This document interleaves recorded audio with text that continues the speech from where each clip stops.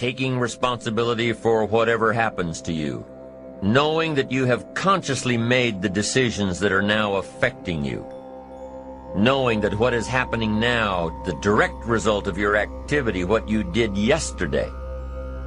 Self-reliance is basically counting on yourself, trusting yourself, being confident with yourself, being responsible to yourself, trusting the conclusions that you have developed from your study of experiences and philosophies, learning from the mistakes that you have made, being self-reliant. They say that by deciding not to carry an umbrella every day, you have made the decision to endure an occasional drenching. Translation? By not being prepared, you make the choice of getting caught in some of life's unpleasant circumstances. Failures, economic losses, professional losses, personal losses. By not being prepared, it's your choice. By being prepared, you increase your chances of success, of seizing opportunities when they come your way, of being ready within yourself to take advantage of once-in-a-lifetime situations. Some people tend to blame others for their mistakes. Now, you can't control what others around you do, but it's in your own best self-interest that you stay on top of things, especially if it's going to affect your future. Be responsible for the things that affect you. You can make sure you're more responsible by checking in with those people who are working with you. You can be more responsible by saying, "Hey, John, how are you doing with your part? Do you need some help?" Now, if John consistently doesn't handle his part, you've got to replace John. Or what? It will negatively affect you. You can't wake up in the morning hoping and wishing that John has done his part. You've got to be responsible because it's going to affect your career too. And I used to say something like, "I sure hope things will change for the better." Then here's what I found out. They're not going to change. When you change, when you get better, it'll get better. Don't put it on someone else. Hope that someone else will change it for you. Take responsibility for yourself. You can't change the circumstances or the seasons or the wind, but you can change your reading habits. Burn the midnight oil, turn yourself around. That you've got charge of. That you have control of. And if you don't, that's your fault. You've got to take personal responsibility. You've got to be self-reliant. You. Nobody else can change your life, pave a golden road for you. But you can. It's up to you. Be responsible for yourself. Learn to reap the harvest without complaint. And here's where it comes from, taking full responsibility. For everything you do, be responsible to yourself. Whatever your paycheck is, take full responsibility. You say, "Well, it's my employer." No, it's not your employer. You can become twice as valuable, 3 times as valuable, doing everything in your power to stay on track. Whenever your preparations lead to success, you reinforce the disciplines that got you there. If what you're doing is working, keep doing it. If what you're doing isn't working, change it. When you are doing all that you can possibly do and are successful at reaching your expectations, keep doing it. Psychologists call this positive reinforcement. That's how we train our dogs. That's how we teach our kids. By positive reinforcement. When you bring a brand new puppy home and try to teach him not to mess in the house, what do? You reward him for going outside or scratching at the door.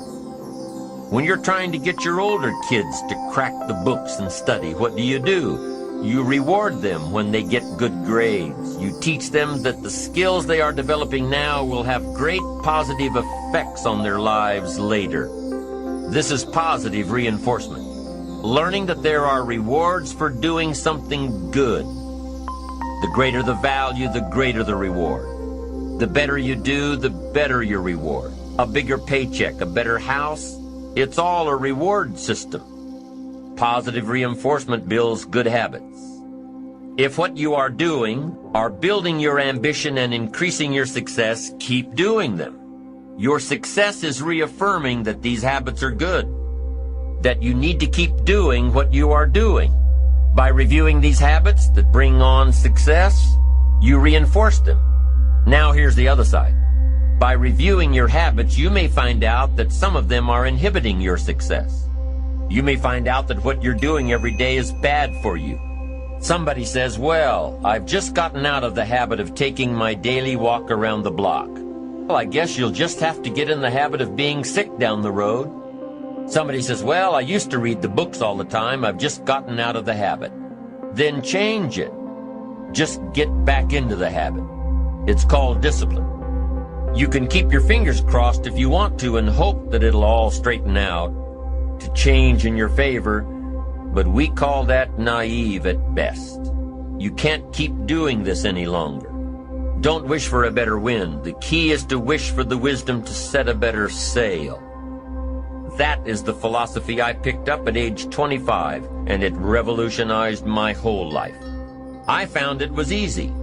I became a millionaire when I was 31. Now here's my definition of easy. It was something I could do. But here's a little parenthesis. I worked hard at it. I made sure my disciplines were in line. I made sure my habits were good. I got up early, stayed up late, and worked hard from age 25 to 31. Well, you say, Mr. Rohn, if it was so easy, how come during those 6 years all those other people around you didn't get rich? It's easy not to. That's it. It's easy to keep doing the things that don't work. It's easy not to develop the disciplines. So how come I got rich and they didn't? Here's a philosophical phrase. The things that are easy to do are also easy not to do. That's the difference between success and failure. Here's the key formula for success. A few disciplines practiced every day. What should you spend your time doing? Don't waste your time on things that aren't going to matter. But a few simple disciplines can change your whole economic future. A few simple disciplines. A few simple habits. Repeated every day. Now here's the formula for failure. Errors in judgment.